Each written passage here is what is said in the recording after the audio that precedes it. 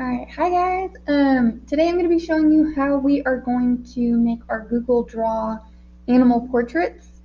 So first off, to get to Google Draw, what you want to do is open up your drive.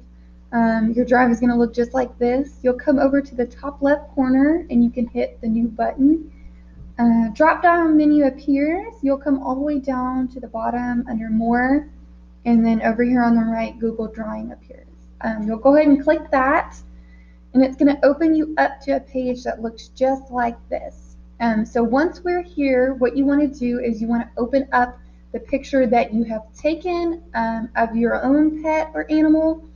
And like I said, if you didn't have a pet, what you can do is just find an image on Google of an animal.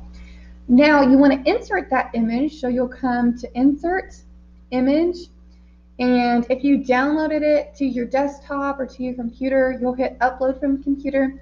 And if you went ahead and saved it to your drive, like I did, you'll hit Drive. So I'm going to go ahead and hit Drive. And then my image of my cat Zoe will appear. So I just went ahead and double clicked it, and she popped up right here on my screen. So I want to take my image of my cat and go ahead and move it up to the corner.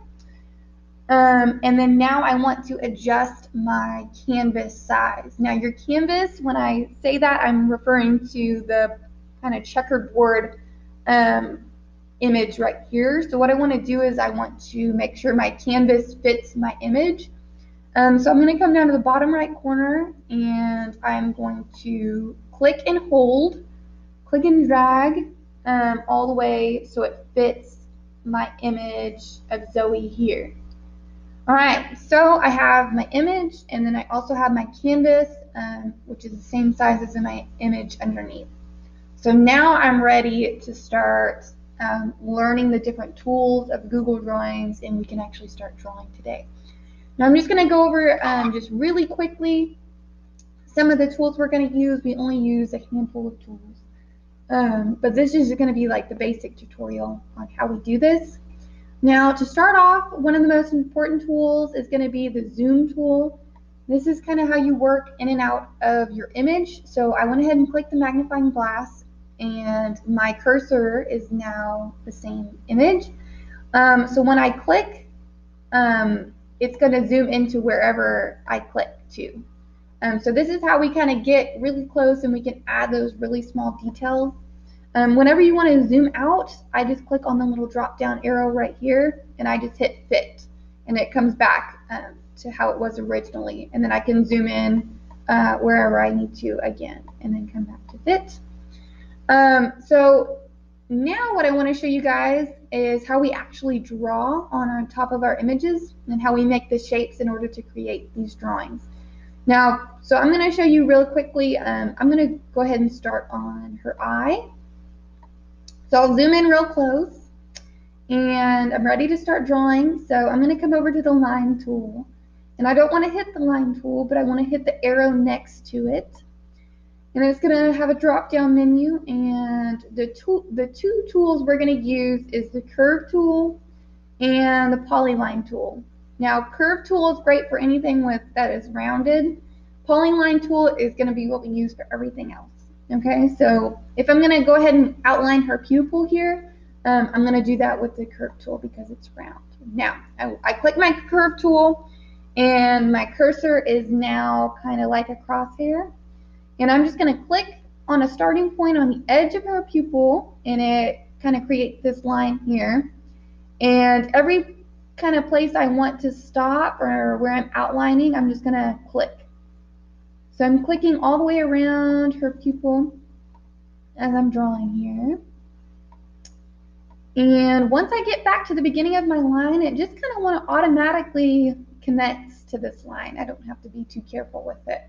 But I'll go ahead and click, and notice that my image here completely just filled in.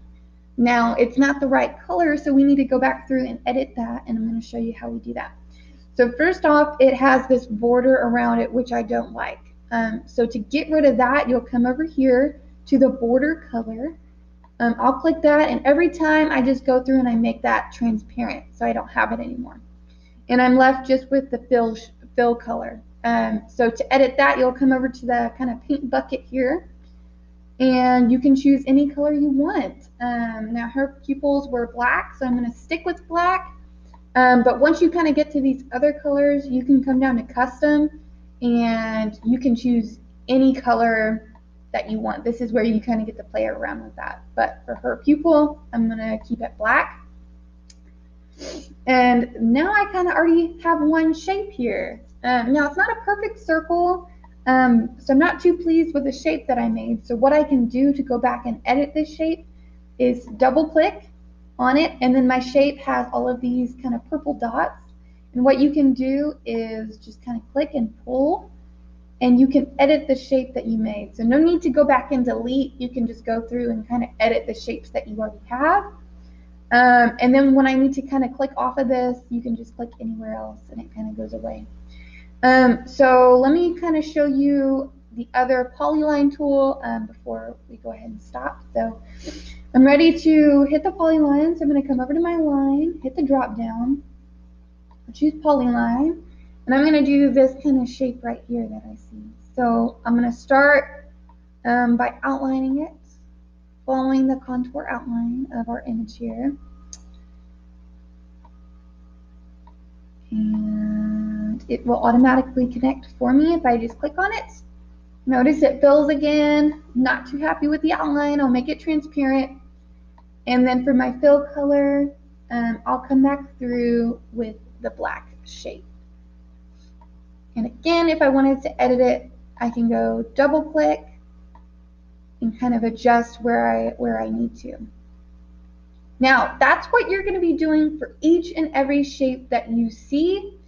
For the background, you'll go through for the tail, the paws, the entire face, and you'll kind of create this Google Draw image of your animal. Now, this is just the beginner steps to it. As you continue to work, you're going to get better and better just with practice. But I'm going to be available in class and through email in order to help you guys out in case you're still struggling with this. But this was just kind of like that beginner tutorial in case you were struggling, okay? All right, so y'all can go ahead and begin on your own Google Draw animal portrait.